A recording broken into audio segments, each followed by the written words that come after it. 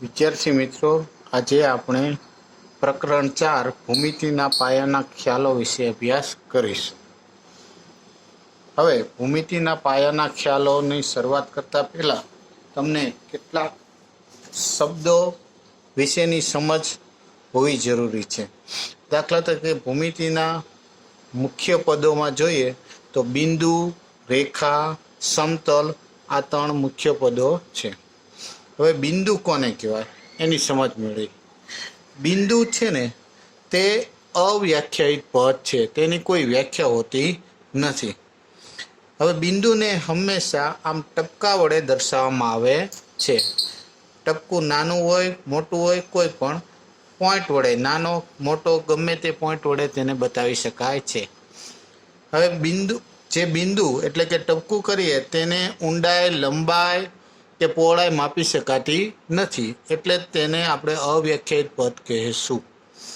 બિંદુને દર્શાવવા માટે તેને ટપકું કર્યા બાદ હંમેશા નીચે કેપિટલ અક્ષરનો ઉપયોગ કરવાનો હોય છે. દાખલા તરીકે અહીંયા એક ટપકું કર્યું તો એને મેં એ નામ આપ્યું છે.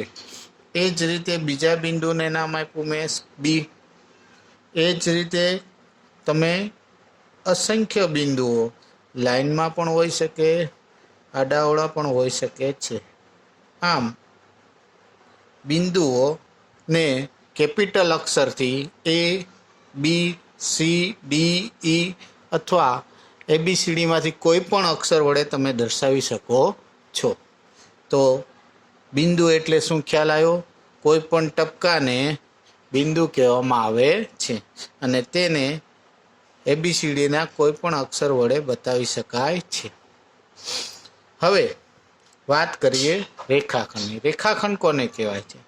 જ્યારે બે બિંદુને ઓછામાં ઓછા 2 બિંદુ, એક બિંદુ હોય તો રેખાખંડ નહીં બને, પણ 2 બિંદુઓને જો જોડવામાં આવે, 2 બિંદુઓને એકબીજા સાથે જોડો અને જે રચના બને, દાખલા તરીકે અહીંયા મેં 2 બિંદુઓને જોડ્યા અને જે રચના બની તેને રેખાખંડ કહેવામાં આવે છે. અહીંયા હું એક બિંદુનું નામ આપું એ, અહીંયા બીજા બિંદુનું નામ આપું છું બી. આમ અહીંયા જે દોરેલો છે તેને રેખાખંડ કહેવામાં આવે છે. એને લખાય કેમ? તો રેખાખંડ AB આ રીતે બોલી શકાય. અને સંકેતમાં લખવો હોય ટૂંકમાં તો AB કરી અને ઉપર આવું લાઈન, નાનો અમથો લીટો કરવામાં આવે છે. અને વચાય રેખાખંડ AB. શબ્દમાં લખો તો આમ લખાય રેખાખંડ AB, પણ સંકેતમાં ટૂંકમાં લખવું હોય તો AB ની ઉપર આવી લાઈન કરવાની. હવે અહીં રેખાખંડ જે દોરેલો છે તેને કેટલા બિંદુઓ છે? તો એક A બિંદુ છે અને એક B બિંદુ છે. હવે આ બંને બિંદુઓને અંત્ય બિંદુઓ કહેવામાં આવે છે. અંત્ય બિંદુ. તો રેખાખંડને કેટલા અંત્ય બિંદુ હોય છે? તો રેખાખંડને 2 અંત્ય એટલે છેડાના, અંતિમ.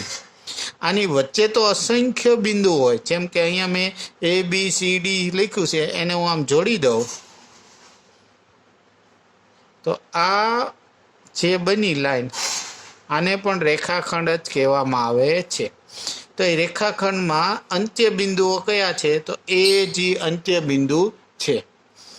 હવે આ અંત્ય બિંદુની વચ્ચે અસંખ્ય બિંદુ હોય છે. દાખલા તરીકે આવા ઝીણા તમે અસંખ્ય બિંદુઓ મૂકી શકો, કારણ કે અસંખ્ય બિંદુઓ વડે જ રેખા અને રેખાખંડ ને કિરણ બનતા હોય છે. પણ અંતિમ બિંદુઓ કયા છે? એ અને જી અંતિમ બિંદુ છે. એમ અહીં રેખાખંડ ABમાં અંત્ય બિંદુઓ કેટલા છે? તો A અને B 2 અંત્ય બિંદુ હોય છે. હવે રેખાખંડને સંકેતમાં AB વડે લખવામાં આવે છે. હવે આ જ રેખાખંડને હું AB ની બદલે BA બોલું તો પણ ચાલે છે. એટલે રેખાખંડને AB અથવા રેખાખંડ BA પણ લખી શકાય છે. ખાસ ધ્યાન રાખજો, રેખાખંડને આ ડાબીથી જમણી પણ વાંચી શકાય અને જમણીથી ડાબી બોલો તો પણ ચાલે છે, કારણ કે એમાં કોઈ ફેરફાર થવાનો નથી. આ રેખાખંડ AB જ થવાનો અને BA કહો તો પણ એનો જ થવાનો, એટલે રેખાખંડ AB પણ કહી શકાય અથવા રેખાખંડ BA પણ કહી શકાય છે. બરાબર. અને રેખાખંડ છે તેને માપી પણ શકાય છે, એટલે કે તેને અંત્યબિંદુ 2 હોય છે, તેને માપી શકાય છે. દાખલા તરીકે શું અહીંયા સ્કેલ મૂકું, ફૂટપટ્ટી મૂકું, અહીંયા 0 રાખો અને અહીંયા સુધી જે માપ આવે તે રેખાખંડ ABનું માપ કહેવાય છે. એટલે કે રેખાખંડને માપી શકાય છે, તેને અંત્યબિંદુ હોય છે, તેને AB અથવા BA પણ લખી શકાય છે. આ વાત થઈ રેખાખંડની. હવે વાત કરીએ આપણે રેખાની. રેખા કોને કહેવાય?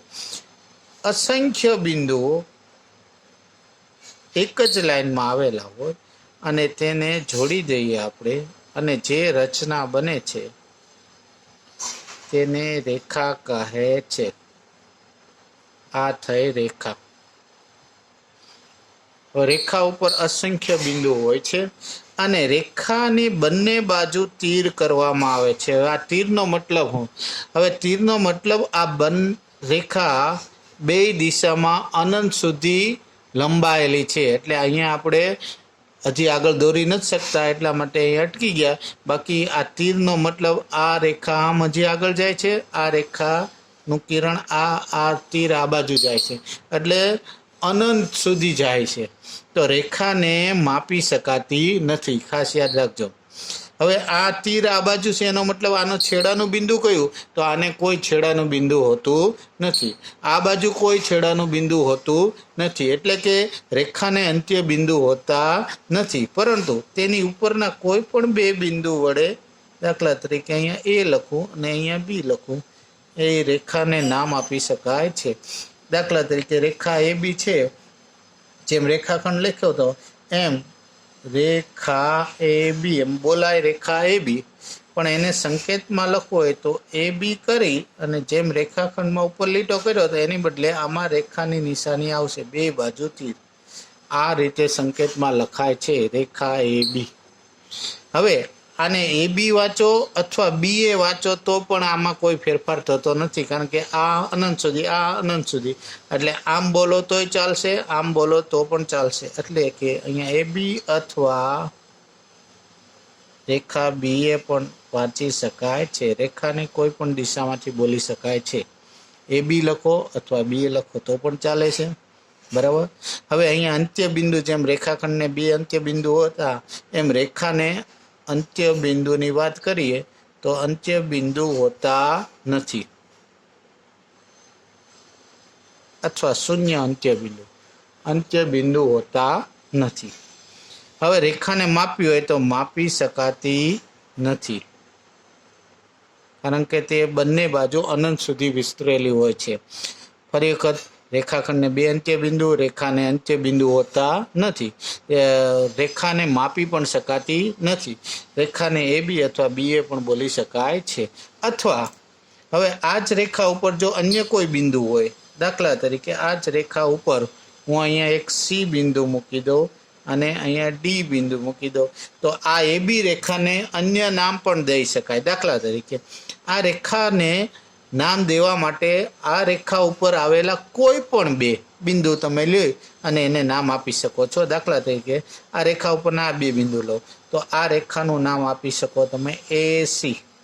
હવે AC નો મતલબ આટલું જ નહીં, પણ A એટલે આ બાજુ અને C એટલે રેખા વિચારો એટલે અનંત સુધીની જ છે, કારણ કે એને અંત્યબિંદુ હોતા જ નથી. એટલે AC એટલે આ જ રેખા થશે, AB એટલે પણ આ જ રેખા થશે. તો આ AC એટલે આમથી ચાલુ થઈને આ C તરફ હજી આગળ વધે છે, એટલે આને AC રેખા પણ બોલી શકો છો, આને AD રેખા પણ કહી શકો છો. કોઈ પણ બે બિંદુ લઈને આખી રેખાને બતાવી શકાય. AD રેખા પણ કહી શકાય, આ રેખાને AB રેખા પણ નામ આપી શકાય. જો આ એક જ રેખાને અલગ અલગ નામ વડે પણ દર્શાવી શકાય. ફરી વખત કહું, એસી રેખા પણ કહી શકાય, એડી રેખા પણ કહી શકાય. આપણે શરૂઆતમાં એબી નામ તો આપેલું છે, એબી રેખા પણ કહી શકાય છે. એ જ રીતે સી ને લઈને તમે બોલો તો સીડી રેખા પણ કહી શકાય. આ જ રીતે સીબી રેખા પણ કહી શકાય છે. એ જ રીતે ડીબી રેખા પણ નામ આપી શકાય છે. સમજ્યા તમે? એક જ રેખાને અલગ અલગ ઘણા બધા નામ આપી શકાય. દાખલા તરીકે એસી, એડી રેખા, એબી રેખા, સીડી રેખા, પછી સીબી રેખા અને ડીબી રેખા. બરાબર. પણ ઉપર સંકેતમાં રેખાની નિશાની કરવાની છે. રેખાને જતી એ બી પણ બોલી શકાય ને બી એ પણ બોલી શકાય છે. અંત્ય બિંદુ હોતા નથી અને રેખાને માપી શકાતી નથી. હવે વાત કરીએ છેદતી રેખાઓ. જ્યારે કોઈ બે રેખા પરસ્પર એકબીજાને કોઈ બિંદુમાં ટચ કરતી હોય એટલે સ્પર્શતી હોય. દાખલા તરીકે અહીંયા મેં બે રેખા લખી છે. એકનું નામ છે એ બી રેખા અને આનું નામ છે સીડી રેખા. બરાબર. આ બંને રેખા કોઈ એક બિંદુમાં સ્પર્શે છે, અડે છે. તો જે સ્પર્શે છે એ બિંદુને નામ આપું છું હું ઓ બિંદુ. આમ આ બંને રેખાના નામ લખું છું. એક છે એ બી રેખા અને બીજી રેખાનું નામ છે સીડી રેખા. આ બંને રેખા બિંદુ ઓ માં છેદે છે એમ કહેવાય છે. બંને ઓ બિંદુમાં સ્પર્શે એટલે છેદે છે. હજી એક વાત કહી દઉં, આ રેખા એ બીને બે બિંદુ વડે ન બતાવી હોય તો તમે એને ખાલી એક અક્ષરથી પણ બતાવી શકો છો. દાખલા તરીકે આ એ બી રેખા છે, એને હું એ બી રેખા ન કહું અને ખાલી એલ નામ આપું, ખાલી એલ નામ. સમજો, બીજી એબીસીડીના કોઈ પણ અક્ષર એલ, એમ, એન, ઓ, પી, બરાબર. પણ આપણે એલ, એમ, એન એવા નામનો ઉપયોગ કરશું. તો આ રેખાને અહીંયા ઉપરના બિંદુઓ વડે ન દર્શાવી અને સાઈડમાં એલ લખો તો પણ એલ સાચી વાત છે. હવે આ બે રેખાને આ રેખાનું નામ હું આ એલ આપું અને આ રેખાનું નામ એમ આપું તો પણ ચાલે. તો અહીંયા આ જ શબ્દમાં ફરી વખત વાક્ય એમ લખાય, એલ અને એમ રેખા બિંદુ ઓ માં છેદે છે. સમજ્યા તમે? એલ અને એમ રેખા બિંદુ ઓ માં છેદે છે. હવે જ્યારે કોઈ બે રેખાઓ પરસ્પર છેદતી ન હોય તો તેને સમાંતર રેખાઓ કહે છે. દાખલા તરીકે હું અહીંયા બે રેખા દોરી દઉં તમને. અહીંયા એક તો આપણી જે નોટબુક છે તેની ઉપર જે લાઈનો દોરેલી છે એ તમામ લાઈન સમાંતર જ છે. હું આને તમને મેં કીધું એમ બીજી એબીસીડી વડે પણ બતાવી શકાય. આ રેખાને એલ નામ આપવું, આ રેખાને એમ નામ આપવું. તો અહીંયા એલ રેખા અને એમ રેખા બંને અનંત સુધી તમે લંબાવો. આ રેખાને આમ ગમે એટલી લાંબી કરો, આ રેખાને પણ બંને સાઈડ ગમે એટલી લાંબી કરો તો એકબીજાને અડશે નહીં. જ્યારે બે રેખાઓ ગમે તેટલી લાંબી કરવા છતાં પરસ્પર છેદતી ન હોય તો તેવી રેખાઓને સમાંતર રેખાઓ કહે છે.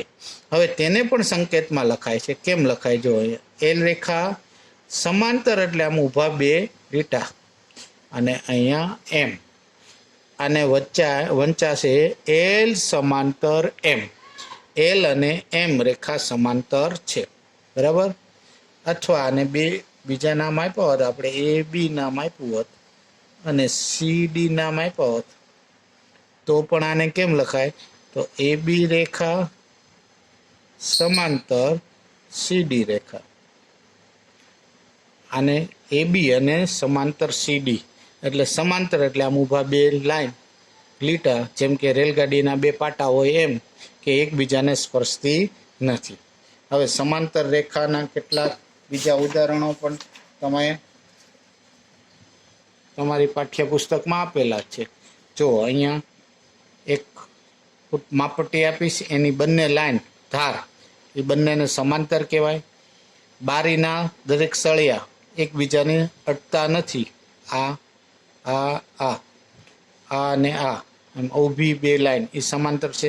રેલગાડીના પાટા અમુક અંતર સુધી જ વિચારવાનું, કારણ કે આગળ જઈને ઘણી વખત જંકશનમાં એકબીજાને અડતા હોય તો એ નહીં વિચારો, પણ આ બે લાઈન પછી આ સમાંતર કહેવાય છે. બરાબર. હવે શબ્દ રહ્યો કિરણ. હવે કિરણ કોને કહેવાય?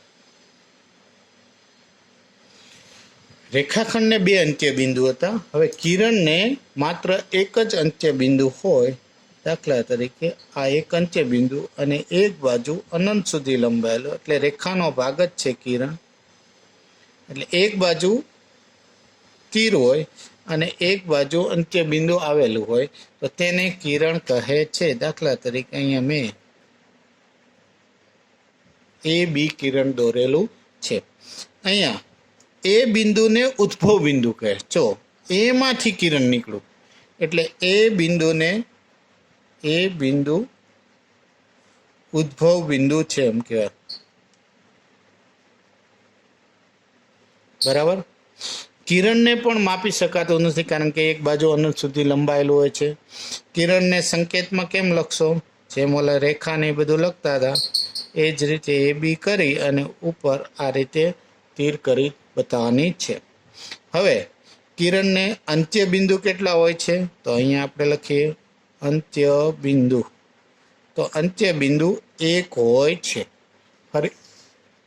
ફરી વખત અંત્ય બિંદુ એક હોય છે. ફરી વખત યાદ કરાવી દો. રેખાખંડને કેટલા અંત્ય બિંદુ હતા? 2. રેખાને એક પણ અંત્ય બિંદુ હોતા નથી. કિરણને એક અંત્ય બિંદુ હોય છે. કિરણ એક દિશામાં લંબાયેલું હોય છે. કિરણને એક ઉદ્ભવ બિંદુ હોય છે. સંકેતમાં કિરણને આ રીતે લખાય. હવે રેખા અને રેખાખંડને આપણે એ બી અથવા બી એ પણ લખી શકતા હતા, જ્યારે કિરણને આ રીતે આપણે બી એ, આ એ બી કિરણ જે દોરેલું એને હું આમ લખું બી એ કિરણ, તો આ ખોટું પડે છે. આ કેવું કહેવાય? ખોટું કહેવાય. આમ લખી શકાય નહીં. બી એ લખી શકાતું નથી. શા માટે? કારણ કે બી એનો મતલબ બીમાંથી નીકળે છે અને એ તરફ જાય છે, જ્યારે અહીંયા એ તો અંત્ય બિંદુ આવી ગયું એટલે બીમાંથી નીકળે એ તરફ જતું નથી. એટલે આપણે એ બી કિરણને બી એ કિરણ નામ આપી શકશું નહીં. એટલે એ બી કિરણને બી એ વંચાણ કરીએ તો એ વિધાન કેવું પડશે? ખોટું. એટલે બી એ કહી શકશું નહીં. આ વસ્તુનું ખાસ ધ્યાન રાખજો. હવે આપણે સ્વાધ્યાય ઉપર જઈએ. તેના કેટલાક દાખલાઓ છે, તે આપણે જે સમજ્યા પોઈન્ટ એના આધારે અહીંયા જવાબ લખીએ. સ્વાધ્યાય 4.1. પહેલો પ્રશ્ન એમ છે કે બાજુમાં જે આકૃતિ આપેલ છે તેના આધારે સવાલના જવાબ લખવાના છે. તો પહેલો સવાલ છે, બાજુમાં આપેલા આકૃતિનો ઉપયોગ કરી 5 બિંદુઓ આપણે લખવાના છે. હવે તમે આકૃતિમાંથી જોઈને કહી શકશો. હવે બિંદુઓ કોને કહેવાય એ તમને મેં કહી દીધું છે, અને શેના વડે દર્શાવાય છે તેને એ પણ કીધેલું છે. તો અહીંયા 5 બિંદુઓ મને જણાવો કયા કયા થશે? તો તમે કહેશો બિંદુ ઓ, બિંદુ બી, બિંદુ સી, બિંદુ ડી, બિંદુ ઈ. સરસ. અહીંયા હું લખું છું બિંદુ ઓ, બિંદુ બી, બિંદુ સી, બિંદુ ડી, બિંદુ ઈ. આ રીતે 5 બિંદુઓ દર્શાવી શકાય છે. એ જ રીતે બાજુની આકૃતિને આધારે રેખાઓ આપણે લખવાની છે. હવે રેખાઓ મેં તમને કીધેલું કે અનંત સુધી વિસ્તરેલી હોય અને રેખા ઉપરના કોઈ પણ 2 બિંદુ વડે તમે રેખાઓને બતાવી શકો. તો અહીંયા તમે જો આ એક રેખા દેખાય છે તમને? બરાબર. આ કિરણ છે, રેખા નથી, એક બાજુ જ લંબાયેલ. આ પણ કિરણ છે એટલે આને રેખા નહીં કહ્યું. આ વચ્ચેની લાઈન છે એ આખી રેખા બતાવે છે. હવે આ રેખાને આપણે જુદા જુદા કયા કયા નામ આપી શકીએ? તો હું અહીંયા બોલું, જોજો. ડી બિંદુથી શરૂ કરું, ડી થી બી સુધી, એટલે ડી બી રેખા કહી શકાય. હવે ડીની બદલે ઈ થી શરૂ કરું તો ઈ બી રેખા પણ કહી શકાય, અને ઓથી શરૂ કરું તો ઓ બી રેખા પણ કહી શકાય છે. સમજ્યા તમે? અથવા આને આમ પણ બે બિંદુઓ લઈને પણ બોલી શકાય. ડી ઈ બિંદુ એટલે ડી રેખા, પછી ડી થી શરૂ કરીને ઓ સુધી ડી ઓ રેખા પણ કહી શકાય, અને ડી બી રેખા પણ કહી શકાય છે. તો આમ અલગ અલગ ઘણા બધા નામ દઈ શકાય છે. તો આપણે અમુક નામ દઈ અને અહીંયા જવાબ લખશું. તો ડી થી ઈ પહેલા લઈએ તો ડી ઈ રેખા કહી શકાય. ખરેખર ડી થી ઈ તમને એમ થાય કે આ તો આટલી એમ થઈ, પણ રેખા તો અનંત સુધી વિસ્તરેલી હોય, એટલે રેખા આ બાજુ પણ છે અને ઈ બિંદુ મતલબ આમ અનંત સુધી હજી આગળ હાલે જ છે, એટલે આ ડી રેખા એટલે આખી રેખા જ થઈ. એ જ રીતે ઈ ઓ રેખા પણ કહી શકો આને. પછી ઓ બી રેખા પણ નામ આપી શકો.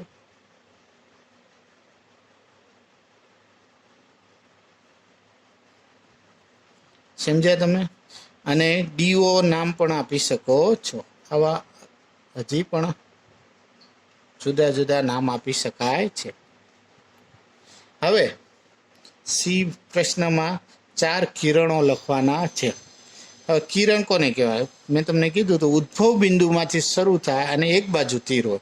તો અહીંયા કિરણ જો ઓથી શરૂ થઈને સી તરફ, એટલે ઓસી કિરણ દેખાય છે, ઓ બી કિરણ દેખાય છે, ઓ ડી કિરણ દેખાય છે, અને ઓ થી ઈ તરફ એટલે ઓ ઈ કિરણ પણ કહી શકાય છે. તો 4 કિરણોના નામ આપણે અહીંયા લખી. પેલું ઓસી કિરણ, કિરણને એક બાજુ તીર બતાવવાનું ઉપર. પછી ઓ બી કિરણ, પછી ઓ ઈ નો વારો લો, ઓ ઈ કિરણ, પછી ઓ ડી કિરણ. આમ 4 કિરણો થશે. હવે 5 રેખાખંડો આપણે લખવાના. રેખાખંડો એટલે કોઈ પણ બે બિંદુ વચ્ચેના ભાગને રેખાખંડ કહેવાય. તો અહીંયા આપણે 5 રેખાખંડોમાં જો ડી રેખાખંડ છે, એક ડી થી ઈ સુધી એટલે આટલો ટુકડો, પછી ડી થી ઓ એટલે આ બીજો ભાગ, પછી ડી થી બી એટલે આટલો ભાગ ને ડીબી કહેવાય. પછી ઓ સી પણ એક રેખાખંડ જ છે, ઓ ને સી સુધી, આગળ નહીં જવાનું, અહીંયા સુધીનો ભાગ. તો 5 રેખાખંડોમાં હું બોલું છું. ડી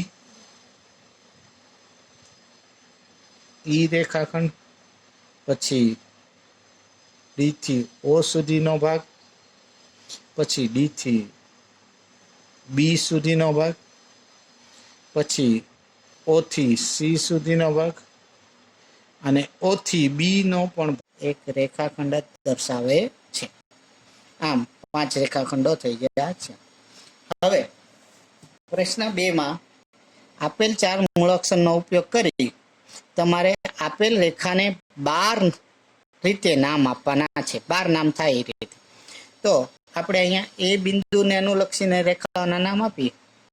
તો એ બિંદુને ધ્યાને લઈ, હવે એ બિંદુને ધ્યાનમાં લઈ આપણે આને રેખાને અલગ અલગ કયા કયા નામ આપી શકાય? તો તમે કહી શકો એને અનુલક્ષીને, એટલે એ બિંદુ દરેકમાં આવવું જોઈએ એ રીતે. તો એ બી રેખા કહી શકો તમે. ત્યારબાદ એસી રેખા, સોરી એ બી આવી ગયું, પછી એસી, ત્યારબાદ એડી રેખા. આમ 3 નામ થઈ ગયા. હવે બી બિંદુને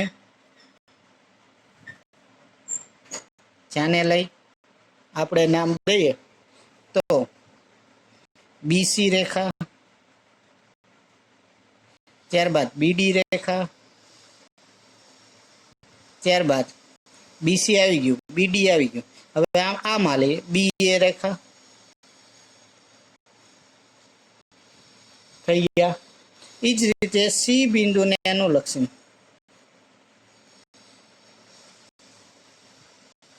સી ને મિડલ તરીકે લઈ અને સીડી રેખા,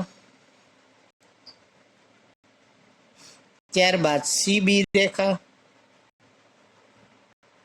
અને ત્યારબાદ સીએ રેખા, આમ 3 રેખા બીજી આપને મળી જાય છે. સમજ્યા તમે? હવે એ જ રીતે પ્રશ્ન 3 જોઈ આકૃતિનો ઉપયોગ કરી અને નીચેના પ્રશ્નોનો જવાબ લખવાના છે. હવે દાખલા નંબર 3. અહીં ચોપડીમાં તમને એક આકૃતિ આપેલ છે. એના આધારે આપણે કેટલાક સવાલના જવાબ લખવાના છે. મેં એક આકૃતિ અહીંયા દોરેલી છે. હવે પહેલો સવાલ એમ છે, દાખલા નંબર 3, સવાલ એ, ઈ બિંદુને સમાવતી રેખાઓ લખો. હવે ઈ બિંદુ જેમાં આવતું હોય એવી રેખાઓ, આ અહીંયા ઈ બિંદુ છે. ઈ બિંદુ કઈ કઈ રેખા ઉપર છે? તો એક આ રેખા ઉપર છે, આડી લાઈન છે ને તે, અને એક આ રેખા ઉપર.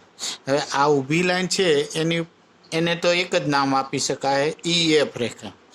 હવે જે આડી લાઈન છે તેને અનેક નામ વડે દર્શાવી શકાય. દાખલા તરીકે આડી લાઈન છે એને એ ઈ રેખા પણ કહી શકાય, બી ઈ રેખા પણ કહી શકાય, ડી ઈ રેખા પણ કહી શકાય છે.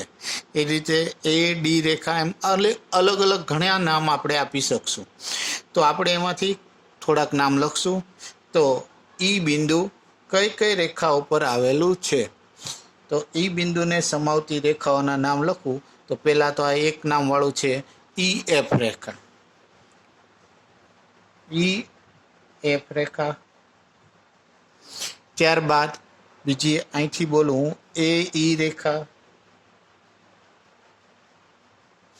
ત્યારબાદ આ જ રેખાને બીજા નામ વડે દર્શાવું, એ ડી રેખા. તમને એમ થાય એ થી ડી સુધી સાહેબ બોલ્યા, તો એમાં ક્યાં ઈ બિંદુ? પણ એ થી ડી ભલે બોલવું, પણ રેખા જ્યારે શબ્દ બોલું ત્યારે તે અનંત સુધી લાંબુ હોય છે, બે બાજુ અનંત હોય. એટલે રેખા ઉપરના કોઈ પણ બે બિંદુઓને આખી રેખા વડે દર્શાવવામાં આવે છે. એથી એ ડી રેખા પણ કહી શકાય, એ બી રેખા પણ નામ આપી શકાય છે. ફરી વખત એ બી, એ ડી, એ ઈ રેખા. હવે એ જ રીતે બી થી નામ બોલો તો બી ડી રેખા પણ કહી શકાય, અને બી ઈ રેખા પણ નામ આપી શકાય. ત્યારબાદ બી ને છોડી ડી ની વારી કરીએ તો ડી રેખા પણ નામ આપી શકાય છે.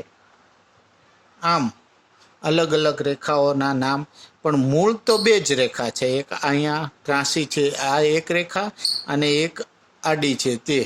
પણ આ આડી રેખાને આપણે અલગ અલગ નામ વડે દર્શાવેલ છે. હવે એ બિંદુમાંથી પસાર થતી રેખાઓ નામ જણાવો. એ બિંદુ અહીંયા છે. હવે એમાંથી કઈ રેખા? તો આડી રેખા એ બિંદુમાંથી પસાર થાય છે. તો એ બિંદુમાંથી પસાર થતી રેખાઓના નામ એટલે કે આડી રેખાઓના નામ આપણે લખવાના છે. તો આડી રેખાઓના નામ કયા કયા? એ બી રેખા થશે, એ ડી રેખા થશે, એ ઈ રેખા થાય, બી ડી રેખા થાય, બી ઈ રેખા પણ કહી શકો, ડી રેખા પણ કહી શકો છો. તો એ બિંદુમાંથી પસાર થતી રેખાઓનું નામ પહેલા હું બોલું એ રેખા, ત્યારબાદ એ બી રેખા પણ કહી શકો, એ ડી રેખા પણ કહી શકો, એ બી આવી ગયું, એ ડી આવી ગયું, એ ઈ તો આપણે શરૂઆતમાં જ લખાઈ ગયું છે. હવે બી થી ચાલુ કરીએ તો બી ડી રેખા પણ કહી શકો, પછી બી ઈ રેખા પણ નામ આપી શકો. ડી થી શરૂ કરો તો ડી રેખા પણ નામ આપી શકો છો. આમ અલગ અલગ રેખા એક જ છે, પણ એને અલગ અલગ રેખાઓના નામ વડે દર્શાવી અને એ બિંદુમાંથી પસાર થતી રેખાઓના અલગ અલગ નામ તમે લખી શકો છો. એ જ રીતે ઓ બિંદુ જેમાં હોય તેવી રેખાઓ લખો. તો ઓ બિંદુ અહીં છે, દેખાય છે તમને? હવે એમાંથી પસાર થતી એટલે આ રેખા આડી. હવે આમાંથી પસાર થતી રેખાઓના અલગ અલગ નામ આપણે દેવા હોય તો અહીંયા કુલ 3 બિંદુ છે. તો આના આધારે આપણે આ રેખાઓના અલગ અલગ નામ બોલો. તો એક તો CO રેખા કહી શકો, OB રેખા કહી શકો, BC રેખા, અથવા એક વસ્તુ યાદ રાખો, કોઈ પણ જે બિંદુની શરૂઆત કરો એને અનુલક્ષીને જુદા જુદા નામ પહેલા. દાખલા તરીકે O ને અનુલક્ષીને તો OB અને OC. તો પહેલા લખો OB રેખા, પછી OC રેખા. ઓનો વારો છોડી દો. હવે બી થી શરૂ કરો. BC રેખા. સમજાઈ ગયું? OB OC પછી BC. હવે CB બોલો તો એ આવી ગઈ કહેવાય. જો અહીં ઊંધું નથી ચાલવાનું, આપણે એક દિશામાં જ ચાલવાનું છે. બરાબર? તો O બિંદુ જેમાં પછી હોય તેવી રેખાનું નામ OB, OC પછી BC, એમ નામ 3 નામ આપી શકો છો. હવે એકબીજાને છેદતી હોય તેવી રેખાની 2 જોડ લખવાની છે. હવે અહીંયા છેદતી હોય એવી એક આડી રેખા અને એક આ, એટલે કે આ અને તેને છેદતી હોય તેવી રેખા આ બંને કયા બિંદુમાં? તો તમે અહીંયા જો B બિંદુમાં છેદે છે.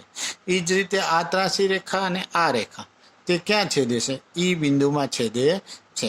તો હું પેલા આડી રેખા અને આ રેખાનું નામ લખું. તો આડી રેખાનું નામ છે AE રેખા, AE રેખા, અને અહીંયા એને છેદે છે તેનું નામ છે CO રેખા. એ કયા બિંદુમાં? B બિંદુમાં છેદે છે. એ જ રીતે આડી ને આ રેખા એટલે એનું બીજી જોડ લખશું આપણે AE રેખા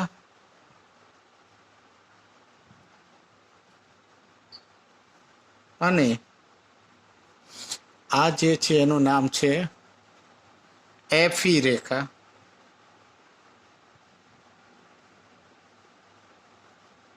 એ E બિંદુમાં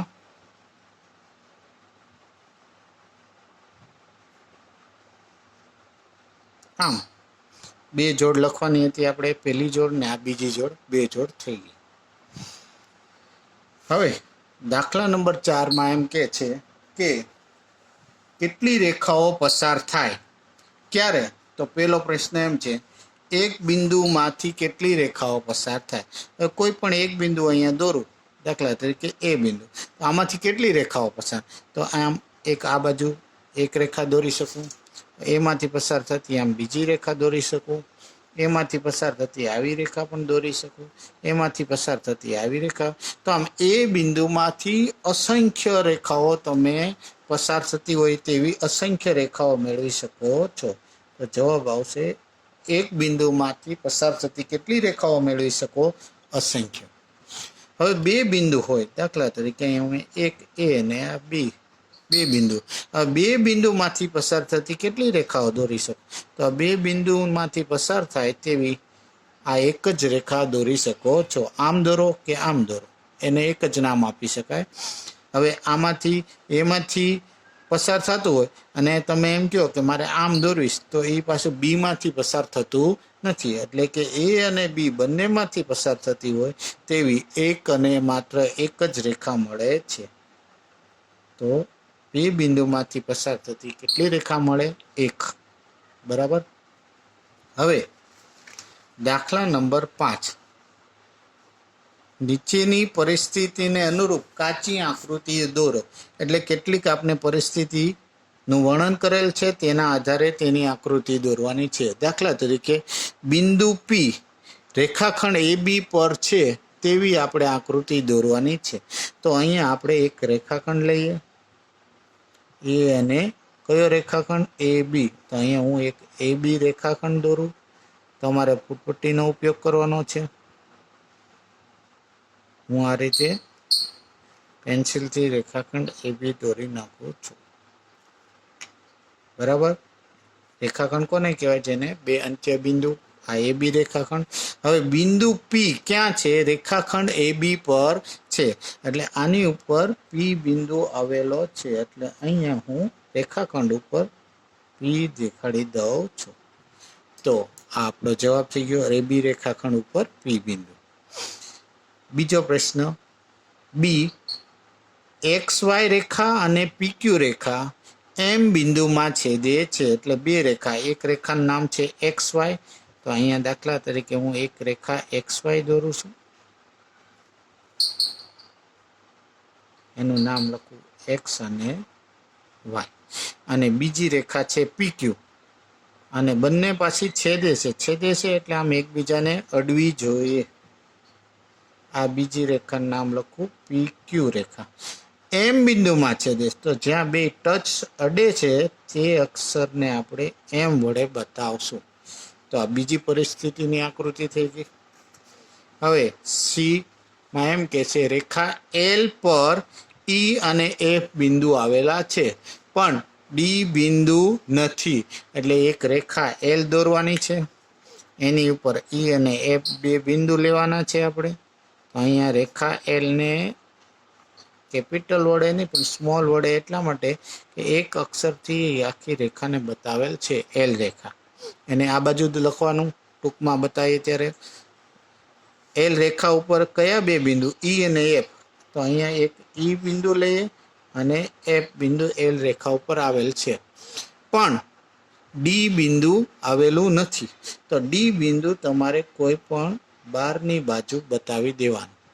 તો આ પરિસ્થિતિ સી, E અને F બિંદુ રેખા L ઉપર આવી ગયા અને D બિંદુ રેખા L ઉપર લેવાનું નથી, એટલે કોઈ પણ બહારની બાજુમાં લઈ લેવાનું. હવે ડી પ્રશ્ન એમ છે OP અને OQ બિંદુ O માં છેદે છે. એટલે કે OP અને OQ બે રેખા છે.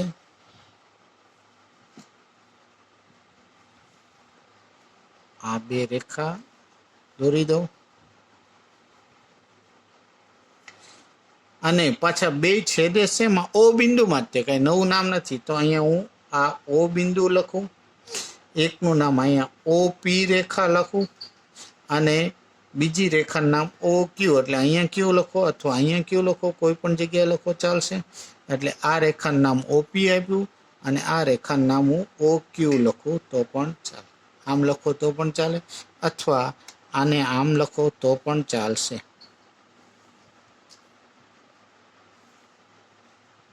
દાખલા તરીકે અહીંયા O બિંદુમાં છેદે, તો આને OP કહો તમે. એટલે અહીંયા P બિંદુ OP, કારણ કે કોઈ પણ બે બિંદુ વડે આખી રેખા દર્શાવી શકાય, OP. અને બીજું નામ OQ, એટલે અહીંયા હું Q લખું તો પણ ચાલશે. આ બંને આકૃતિ સાચી છે. સમજ્યા મિત્રો? હવે દાખલા નંબર 6 માં ખરા ખોટા છે તે આપણે બુકમાંથી જોઈને એના જવાબ લખશું. દાખલા તરીકે પહેલો પ્રશ્ન છે કે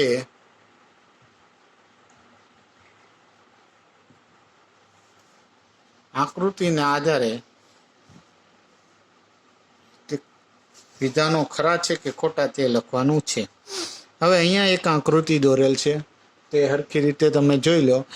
આ આકૃતિ પર કયા કયા બિંદુઓ મૂકેલા? એક Q બિંદુ, M બિંદુ, O બિંદુ, N બિંદુ અને P બિંદુઓ આ રેખાની ઉપર આવેલા બિંદુઓ છે. હવે આના આધારે આપણે પહેલો પ્રશ્ન વાંચીએ કે Q, M, O, N અને P એ MN ઉપર આવેલ છે. ફરી વખત વાંચું, આ રેખા જોતા જાઓ અને હું બોલું Q તો આવેલ છે, M તો M બિંદુ પણ આવેલ છે, O બિંદુ આવેલું છે, N બિંદુ આવેલું છે, P બિંદુ રેખા ઉપર આવેલ છે. તો આ જેટલા બિંદુ Q, M, O, N અને P, 5 બિંદુ MN ઉપર આવેલ છે. તો આ વિધાન આપણું સાચું છે.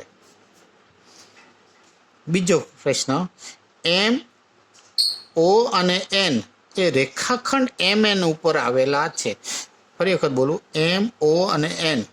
તો M, O અને N એ રેખાખંડ MN. હવે MN રેખાખંડ કયો કહેવાય? તો અહીંથી અહીંયા સુધીનો જે રેખાખંડ છે MN ને અંત્ય બિંદુ આવી ગયા કહેવાય. MN નો મતલબ અહીંથી અહીંયા સુધીના ભાગને MN રેખાખંડ કહેવાય.